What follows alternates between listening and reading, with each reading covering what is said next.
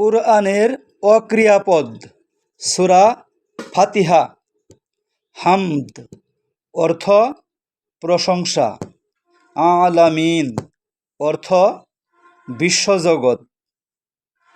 রহমান অর্থ পরম দয়ালু।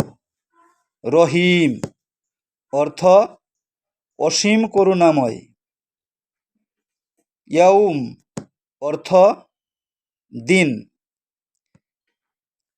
দিন অর্থ বিচার, প্রতিফল, জীবন ব্যবস্থা। সিরাত অর্থ পথ।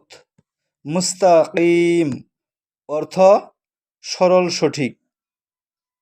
মাগদুব অর্থ গজবপ্রাপ্ত। দল অর্থ পথভ্রষ্ট। ভিডিওটি নিজে বারবার শুনুন এবং শেয়ার করে অপরকে শোনার সুযোগ করে দিন।